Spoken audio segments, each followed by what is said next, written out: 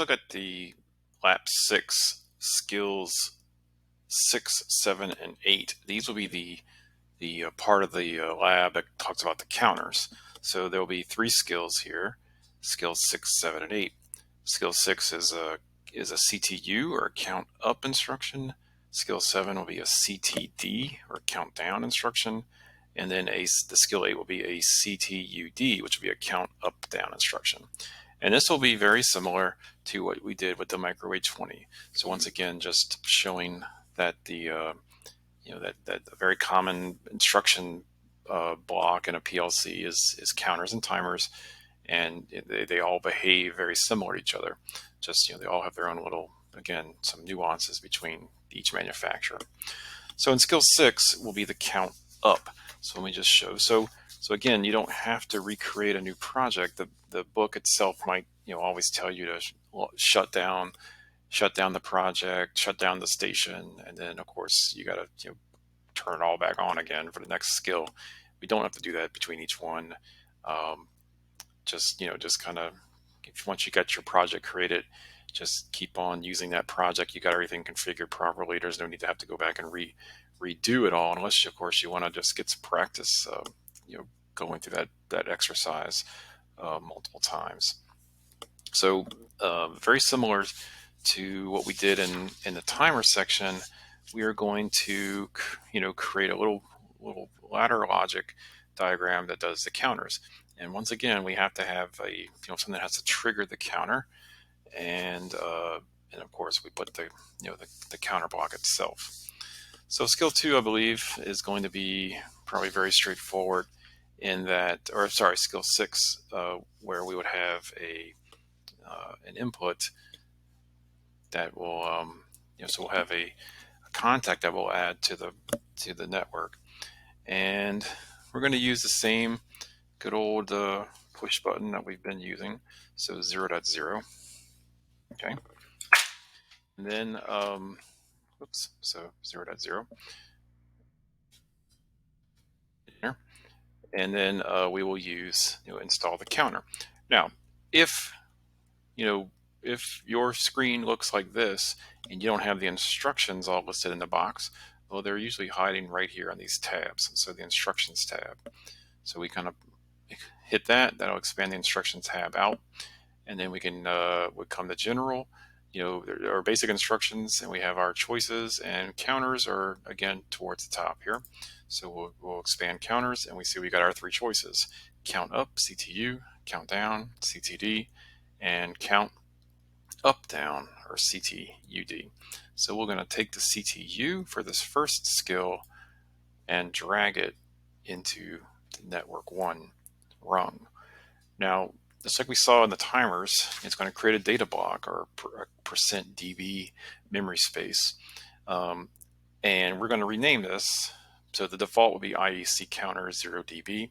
We're going to go ahead and call this CTU, and I'm not sure what the lab actually asks you to do, but CTU counter 1 looks like.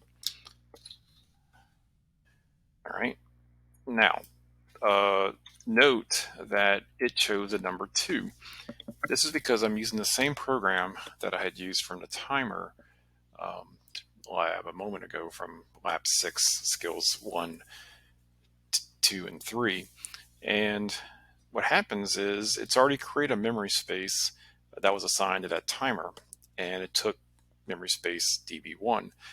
Even though I deleted that timer, it still held db1 memory space and kind of has it reserved. So it grabs 2 as the next available one.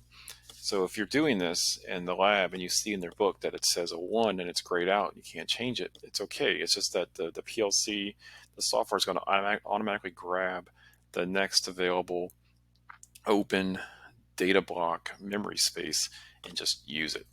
Again, you don't really have to worry about what those data block numbers are. You're really going to be more worried about what the name of each counter or timer is, because that's what you're going to really use to kind of figure out if you're using the right timer or counter. Because again, your program could have multiple timers, multiple counters. So when you name them, you want to give them names that you understand what they are, so you can easily reference them. We'll keep automatic, we'll hit OK. And here is the counter block. And again, this is going to be very similar to the Micro 820 that we were used to. We have a reset R, we have a PV, which is our preset value, we have a CV, which is our count value, and then a Q. So one thing I wanted to show you too that I didn't show in the timer section was for any instruction that you have here, you could probably do it in one of two ways. Well, nope, don't see a help there. If you go up here to help and show help, you'll get a the help screen comes up, and it's a little bit of a drill down. There is a way to search it. So you can hit the search box and you can search for exactly what you're looking for. But if you kind of know the drill down, you can get there fairly quickly. So we came under programming a PLC, and then instructions, and then ladder, and then counter operations. And if I click on these, I get counter CTU, D, and UD. I can get the instruction help to help me here, right? Because you're not always going to remember this, and once again, every PLC manufacturer is a little bit different, so you're not expected to ever have to memorize all this information. You have all this help available to you. So for count up, if you came to the help, you can see that it tells us everything here, right? CU is an input, it's a Boolean. Reset is an input, it's a Boolean. PV is an input, it's an integer. Q is the output, it's a Boolean, right? And it even gives you a little bit of a example of what this block would look like in the program. So again, if you're never quite sure, you can always use the help, and that usually applies to whatever manufacturer you're working with. There's usually built-in help. So for the lab, they're going to have you do a couple of things. Basically, you will tie the reset to an input. I believe you're going to tie it to the to %I 0.2, right, which comes up as tag 3. The preset value is going to be probably a constant number. Not totally sure, but looks like, yep, looks possibly, let's just say it's going to be 10. I could be wrong there, but just follow the instructions in the book. And another thing it's going to have you do is something different, something new that we haven't done yet is, and that's actually we're going to put this CV into an actual memory space. And if you recall from the help file, the CV, which I didn't actually mention, but the CV is an output, and it has to be an integer value, and it's not a Boolean, so it's an actual number, right? That's our count value. So we're going to give a memory space that can take a integer value. So we're not going to tie this to a Q, because that's an actual discrete output. We're not going to tie it to an I, but that's a discrete input. So we're going to use that M table, that %M table, which M, again, is just an internal memory space, like a scratch pad that we have access to in the PLC.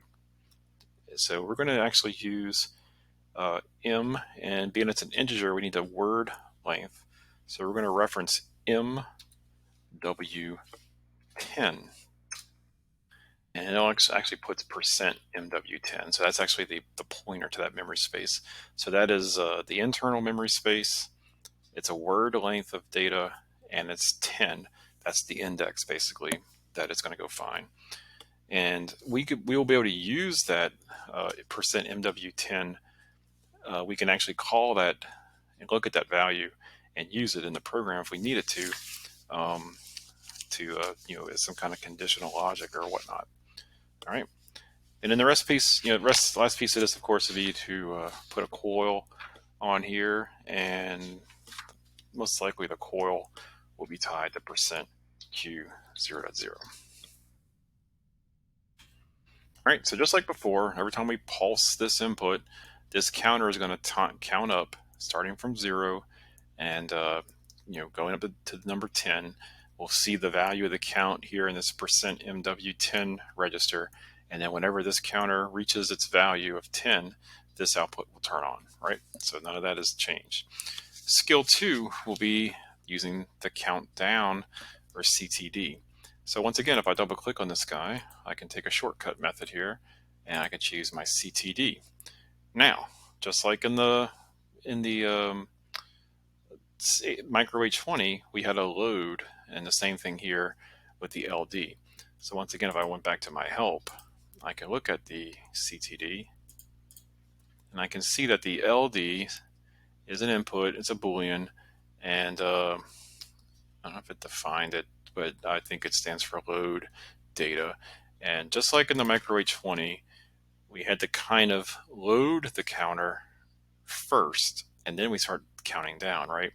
So when we're doing a countdown, we had a preset value here of 10, but this count value was actually 0 to start with.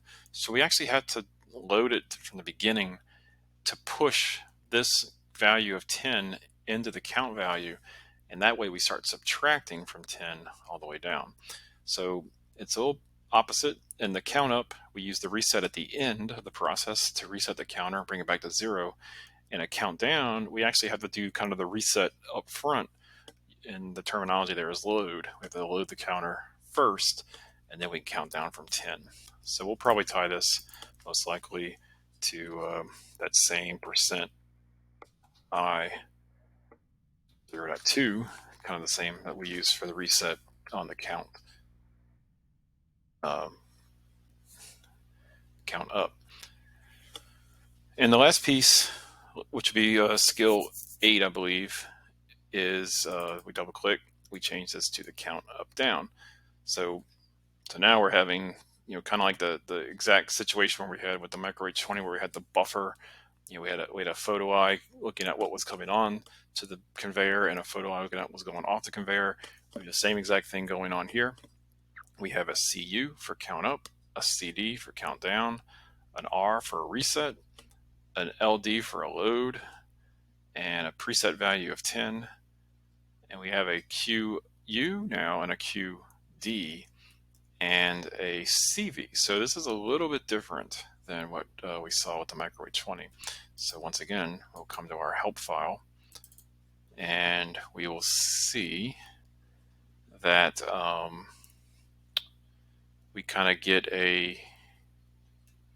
we get several outputs, right? We get an up output and a down output, and then we get of course the CU and CD for count up, count down, reset, and a load. So where this varies and differs from the micro H20 was we did not have a load, and I don't think we had a QD. So here we can actually trigger if we got below the value, and we can also trigger if we got above the value of the count. So this will be one where when you get into the lab, work through skill 8, and you can just kind of see how this counter will actually behave. All right. So in all cases, after you do this, we will do a download, and once you do a download, you go online, and then we can monitor and test the program logic out.